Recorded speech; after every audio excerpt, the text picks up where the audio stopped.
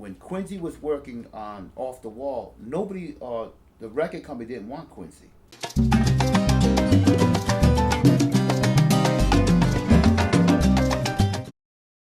But what happened with the Jackson Five, is that back in the soul days, we decided to do a Christmas special about the Jacksons, and Regina had a great relationship with Joe and all the Jacksons, and we shot a cover story where we had a Christmas scene. So Bruce and I shot it together, and they came, and we had them bring winter clothes and snow and all. It was a big deal for soul.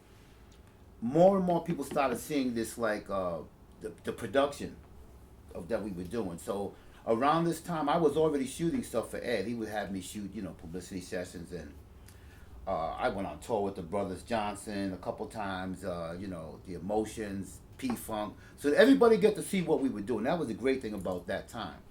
And so when Quincy was working on Off the Wall, nobody, the record company didn't want Quincy. Michael asked for Quincy, but the record company didn't think Quincy could do anything. And so Quincy was out to prove something. So the first thing they wanted to do is they wanted for me to go there and shoot a picture that was going to be like a press release photo of Michael Jackson is working with Quincy Jones. And so I went there to shoot that, and I ended up staying there for weeks. I would just come in periodically and shoot different things. And it was like I was documenting a lot of what was happening, the making of Off the Wall, but I was doing it with still camera back then. And I had carte blanche that I could come and go whenever I wanted to, and shoot whatever I want. No one ever questioned anything. It's like I would come and drop in and shoot some stuff and leave. And none of us ever realized that Off the Wall was going to be Off the Wall. I don't think anybody thought of that. Because Bobby and I were living together as roommates at that time, and I was a Jackson 5 fanatic. So when he would come home, it was like, all right, man, what happened down there today? And he would, tell me what happened. Man, you're not going to believe it. Michael's down there with candles, and the lights are off, and he's standing in front of the mic. He's standing on a little platform that allows him to sing and to dance and everything, doing the moves just while he's recording this record. I said, you kidding? I said, man, there's a lot of people down there. Man, there's nobody down there. Yeah. This was how interested nobody was in. And, nobody was interested in Michael Jackson at this time. They were just figuring, like he said, the label didn't even want Quincy because they thought, man, this is not a guy who can give us an R&B record. This guy makes soundtracks and things like this. We respect him, but we need an R&B pop record, and we don't know that Quincy can do this. He had to hustle to get it. And around that time, Quincy asked you about Rod Temperton. Oh my God, yeah.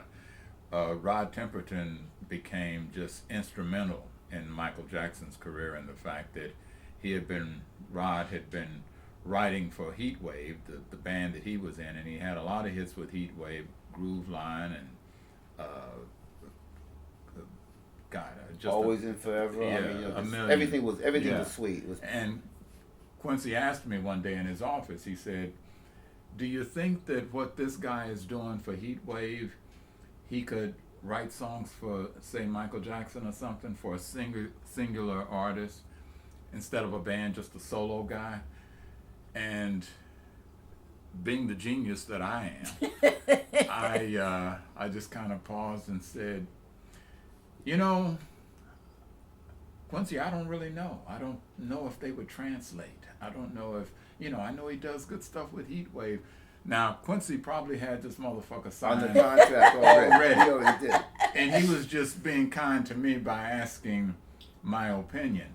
But when Quincy signed Rod Temperton and told him to come out here and produce, I'm listening to these stories that we're talking about now, all of us are talking about, and the thread in them is all the hustle. Yeah. Quincy had to hustle to get Michael's project. He had to beg, and Rod had to come out here hustling. Yeah. Rod said that when he flew out here to work with Michael, Quincy sent him a car at the airport. They took him right to the studio, And he said as soon as he got out of the car and was at the studio, all of these musicians were there that he had fallen in love with, and they were all looking to him.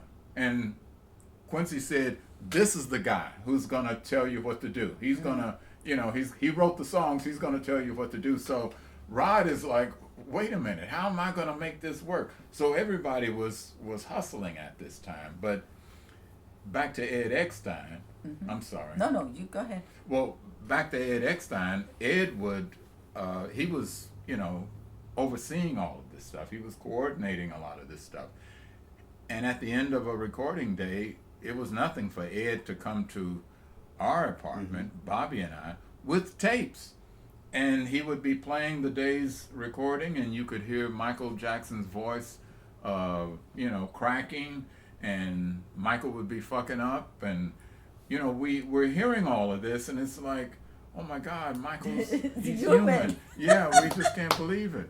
But we also couldn't believe the access that we had. Once again, it was the access of watching Michael make this record.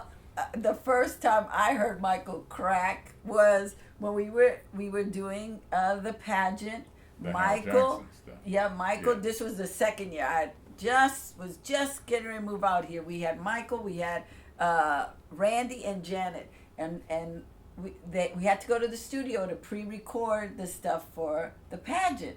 And so we went in the studio, and Michael was messing up, and I remember going, "Oh my God!" That's right. What? That's right. And you don't realize all the hard work No. it takes to be a Michael Jackson, That's or right. to be a successful Yes. artist. That there are a lot of bad takes before they get to That's that right. one take that is solid. That's right. Well, and then it also gets back to surrounding yourself with the best people. Yes. And people used to always ask me, well, what does a record, what does a producer do? And I heard this from somebody. I heard someone say this. They know who to call. That's what a producer. They know the right people to call, and Quincy Jones is a master at that. Yes. I mean, he's the general. He's so laid back and cool, and he's got the complete outline of what he wants to get in his mind. So he's thinking of a certain kind of lick or melody, and he knows I'm going to get this person to come in. And that's what separates a lot of... Barry White was a guy like that. Maurice White was a person like that. They would come in, and then... So we had an opportunity to sit there and really... Even though it had nothing to do with photography or writing, but we got to learn from the best because it was production. That's right. It was production, and to have a front row seat to that, and then, Quincy Jones never drove. He doesn't drive. Never has driven. And so sometimes I'd be there working late with him and the engineer, Bruce Wedine, and I'd end up taking him home. I would drive Quincy home, and all the way up to his house at the top of the hill, he would be talking about I'd say, "Hey, Quincy, that was really cool with so-and-so." He said, "Yeah, that was good." He says, "I just laid down a scratch track, but we're going to come in tomorrow. I'm going to have, so-and-so play that." I said, "Really?" I thought, "No, that was cool. That's the idea. We're going to come back and make it real tomorrow." And so all of those experiences, to be in the room, it really prepares you for a lot of other stuff. To be in the room with these people like that. You and also for him, saw how greatness unfolds. yeah, and for him it was all a matter of fact because he was such a trained, arranger. He knew exactly what he was doing, and he could hear it. And a lot of it is also he knew how to. Those guys know how to bring the performances out of people. Like he may listen to one of his artists try to get a lick, and it's like he'll let him go ahead and get it. Just put it on a scratch vocal, then they'll come back and they'll record each line, right, piece by piece, because they couldn't sing it all the way through. Punch it in, right? You punch it in. Yeah. I learned that from watching Michael. Yeah. You punch it in. That's Yeah. all right. We're Yeah. gonna punch that in. That's We're gonna right. punch that in, That's and it right. will be a record. And so for me, when I started doing sessions, I would bring those lessons. Like sometimes you're filming somebody or you photograph, and they keep going to that same pose. And rather than stop them, I let them get it out of their system. Get all your poses you want to get out, which we're not going to use, but go ahead and do it. And I've been shooting away. And then once they get tired, say, "Okay, that was great. Now let's do this." But I learned that from working with those guys. I'm not here to shut the person down and say, "Hey, that was great. Okay, now do this." And they feel good because they got their poses out the way. Just Right. little things like that were just lessons that I use today with people. I use them today when I'm filming with somebody, like a lot of times we'll be filming interviews for documentaries, and you say, hey, well, just, introduce yourself and, tell us who you are. And the person cannot say their name. The person cannot say their name. All of a sudden they're talking, then as soon as they see the red light on the camera, they can't. So I learned from guys like Quincy, we turn the light off. On my cameras, I can turn the red light off. So I say, hey, we're not recording right now. Let's just try it. We want to get an audio level. Let's try it with the audio level. And I'll have them, say their little spiel, and they say, okay, are we ready to do it? I say, oh, we just recorded that. But I learned those kind of things from the Maurice Whites of the world. Yes. How to get a performance out of somebody, because what you learn is you get them to stop thinking about that camera. And Quincy and those guys would say, hey man, just go on and put it down. Just lay a scratch vocal right now. And sometimes that scratch vocal would be the neutron bomb if you got someone like a Eddie Levert singing it. His scratch vocal is the bomb. Oh, we're going with that. They may do 4 or 5 other takes, but they'll come back. Norman Whitfield was famous like that. When he produced, he would have those artists do 1,000,000 takes. He knew he had it in the first or second take, but he said, let me see what else you got. And sometimes he would just want to break them down. They would get a little full of themselves. Yeah. Oh, you're going to be here. I'm going to break your ass down. And at the end of the day, they ain't asking no more questions. You're going to do, I just need them to listen. Yes. That's what I just need someone that can listen. Amen. Not a problem. So what was the conflict? Well, the We were conflict black. was the fact that we were We were black, black, and we were, if you had Rolling Stone, you'd have, here's They how shut it down would, everything for Rolling Stone. Here's how it would work basically. If you were People, you were Rolling Stone, you New York Times, somebody like that. If you were going to interview, say, Maurice White of Earth, Wind and Fire, or the Jacksons or somebody, you got to spend a week with those people. Mm-hmm. You got to go on the road with them. You got the whole thing. Soul would come in, or other black publications, and we'd have 15 minutes with them. Mm. If you had an hour with them, that was something. That was a big deal.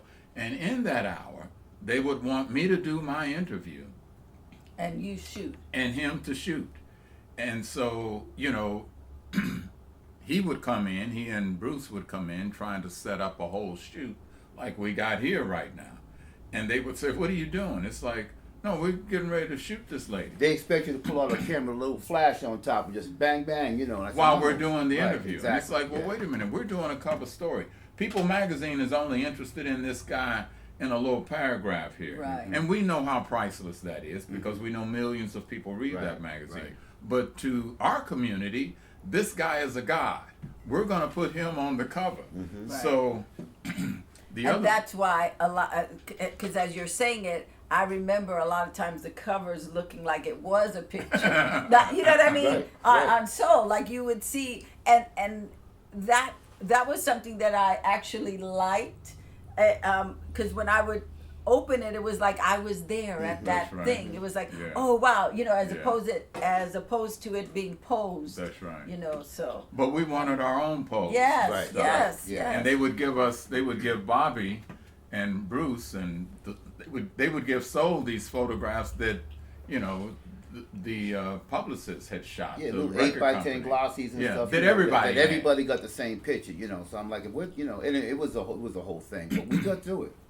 You upped the game. We upped the game, yes. and we were very fortunate because there were people at the labels who appreciated it. People like, you'll hear me talk about Bob Jones. Bob Jones was director of publicity at Motown, and Motown was Motown, and he appreciated it, and then he did everything he could to give everything to the black press.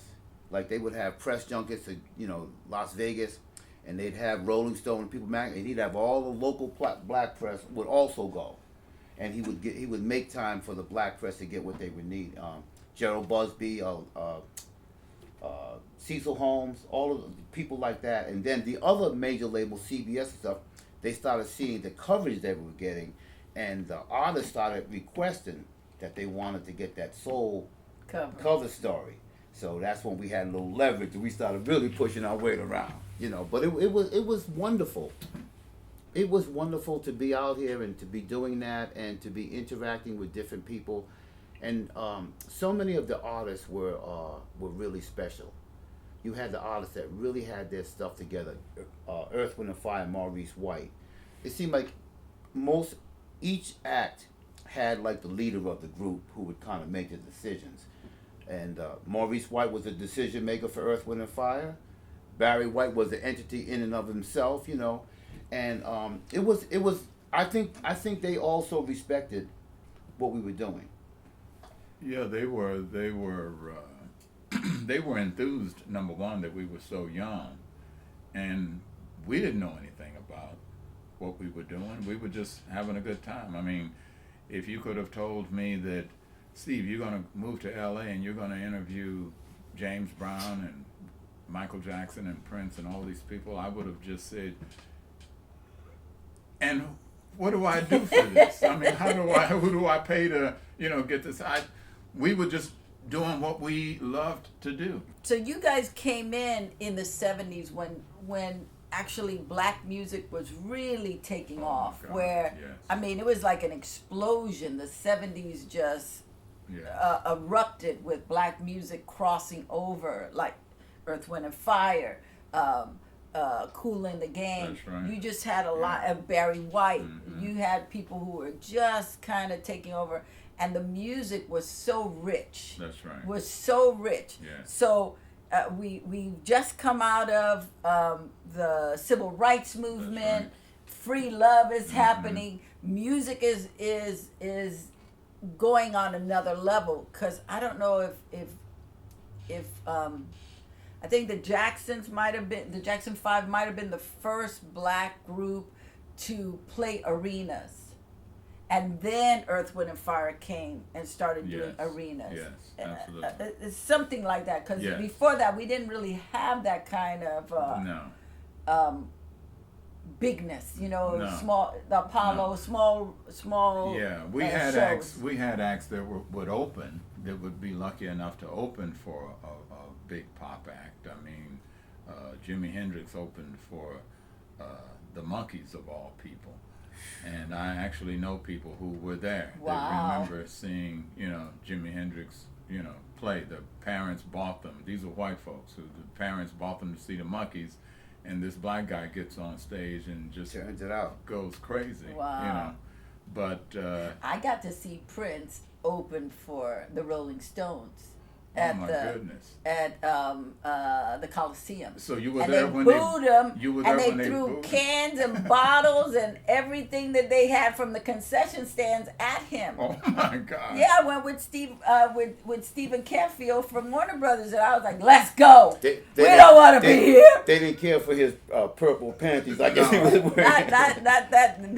I'm sure they regretted it afterwards. Yeah. But that was a turning point for him. Yes, it was. Because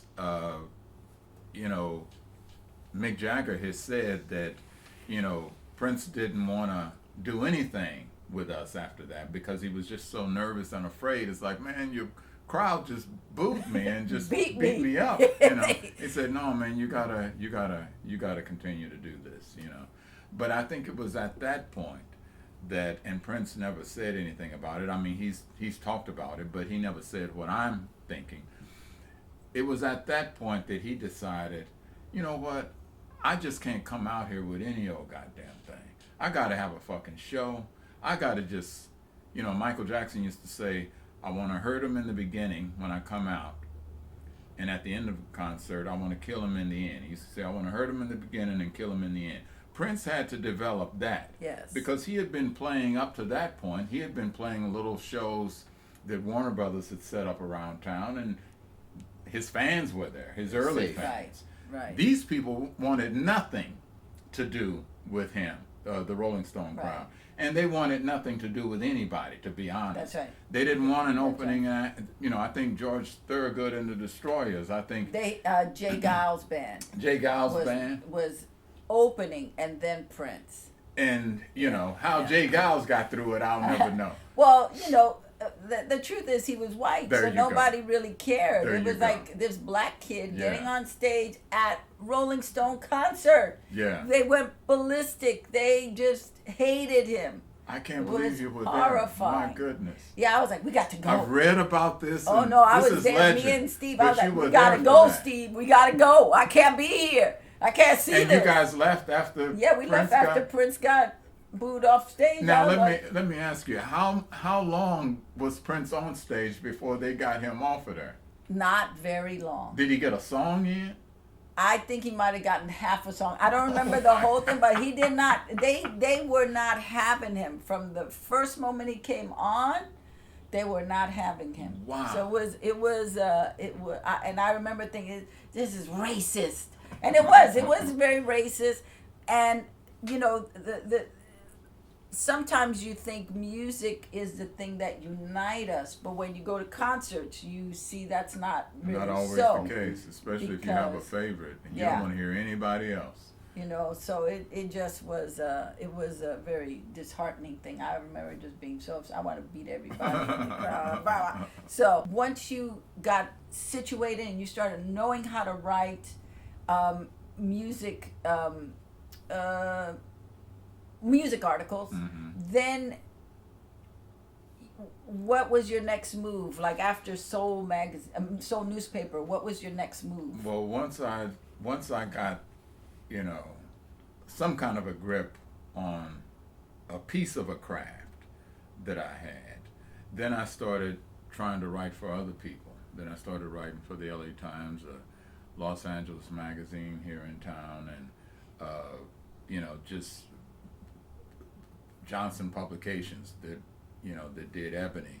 They had their own little music magazine called Black Stars, and I wrote for them. Oh, that's right. You remember Yes, Black Stars? yes. And they paid. Collier was Aldor Collier. Aldor Collier Yeah, was one yeah, of the writers yeah. for that. So I just began freelancing for other people, and just learning as much as I could about writing.